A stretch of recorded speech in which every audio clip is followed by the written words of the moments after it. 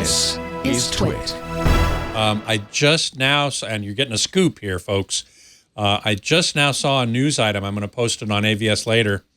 That IMAX, speaking of fads and trends and so on, IMAX is looking like they're going to be moving away from 3D. How about that? Chris Nolan, his new movie Dunkirk, which you should, if you haven't seen it yet, you should go read my review on AVS Forum, was played in IMAX theaters. He shot it on IMAX 70mm film, and in some theaters around the country, it's being shown in IMAX 70mm film. But in all cases, in all IMAX theaters, it's being shown in 2D. Now, Chris Nolan, the director, is, shall we say, conservative when it comes to movie making. He doesn't like overhead sound. He hasn't even, I've heard it said that he doesn't even like surround sound. And he prefers film over digital. So, you know, he's one of these guys who is keeping the film industry alive. But I imagine he probably doesn't like 3D either. I don't know that for a fact. I'm kind of just guessing. But the fact that this movie is being shown in IMAX theaters only in 2D, whereas most movies, when they're released, big budget movies anyway, are released in 3D in IMAX. And now IMAX is saying, you know what? We may start moving away from 3D. I think that's kind of big news. It's definitely big news. Oh, for sure, because losing support for 3D in movie theaters is going to make it tough going. Now, I don't know what James Cameron's plans are for Avatar. If you do look at the list of the top 10 grossing films of all time, he's got a really great track record. So, who knows? Maybe 3D will make a comeback. Maybe IMAX will change its mind again. Maybe you don't know. Yeah. We don't know. Okay, so a couple quick thoughts on 3D. I do kind of miss it, and that having it in a TV. And recently I've been using VR gear, and I was reminded. I am reminded that 3D is awesome looking. So it doesn't have to be that interactive environment, but passive 3D. There's still ways to consume it, but not in a nice at home TV experience. Projectors still have it.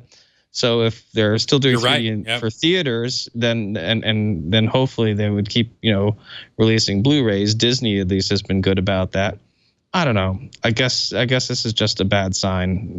That they might not be paying as much attention to it. But again, the article I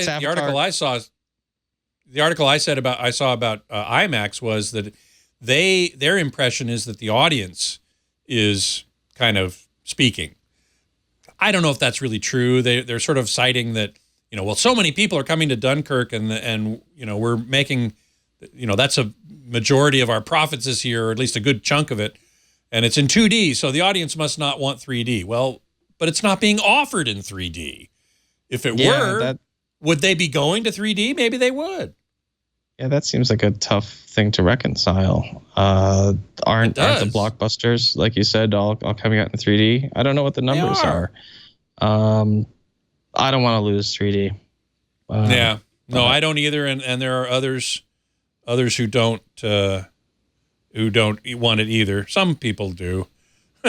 Barfel wants a 4K 3D OLED 60-inch. Sorry, that's probably not going to happen.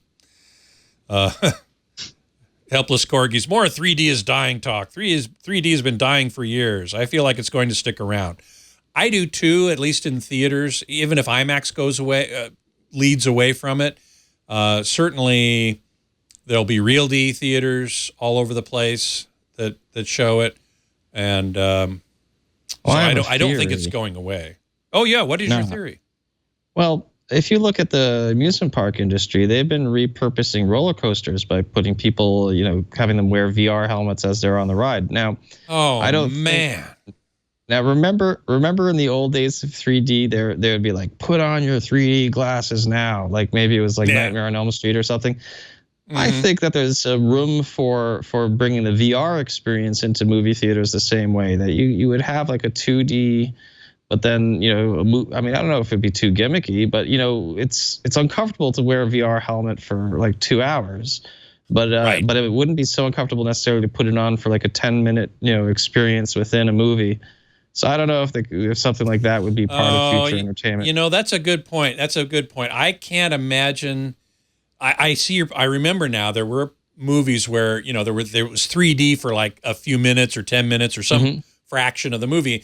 Put on your 3D glasses now. How much further would that take me out of the movie? It would take me out totally. And putting on a big giant VR thing, sure, be even worse. Yeah. Well, on the other hand, I have to say that VR, is such an up and coming technology that I just recently saw a little promo sizzle reel from Technicolor about VR and VR storytelling and how that's going to be a new thing, and which it is. You've got to think about how you're going to tell a story in VR very differently than how you think about it, how you're going to tell a story on a movie screen. At one time I thought about, what about having VR just have a movie screen in front of you? Do that instead of having a big screen in your room, put on a VR set. But I think your point about it's not comfortable to wear for 2 hours is a very good point. Well, they do have, like, Netflix has an app for Gear VR. I've looked at it. It seems silly almost. I mean, I want every pixel I use to show you the screen, So if it's and before the VR helmets, I mean, they used to have those personal movie viewer things anyway that were static, and I always wanted to see that sort of taken to the next level, but that's sort of a technology that didn't seem to really capture people's imagination the way that headphones did. So so there's that. So but back to IMAX, dumping that, I mean, really just following a trend because of one movie seems to be folly, as much as Avatar I agree. maybe made people go too far towards 3D. What is this? Is shooting on film the equivalent to like I like vinyl now again? Okay, great point. Yeah.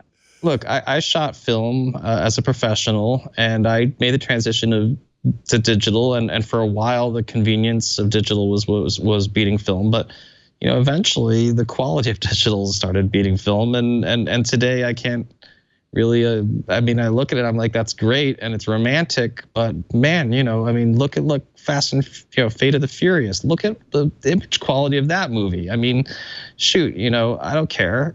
It's unbelievable, and that's just a fact of modern digital, capture. It's incredibly clean and detailed and etc. So I don't know if I care about film. Yeah.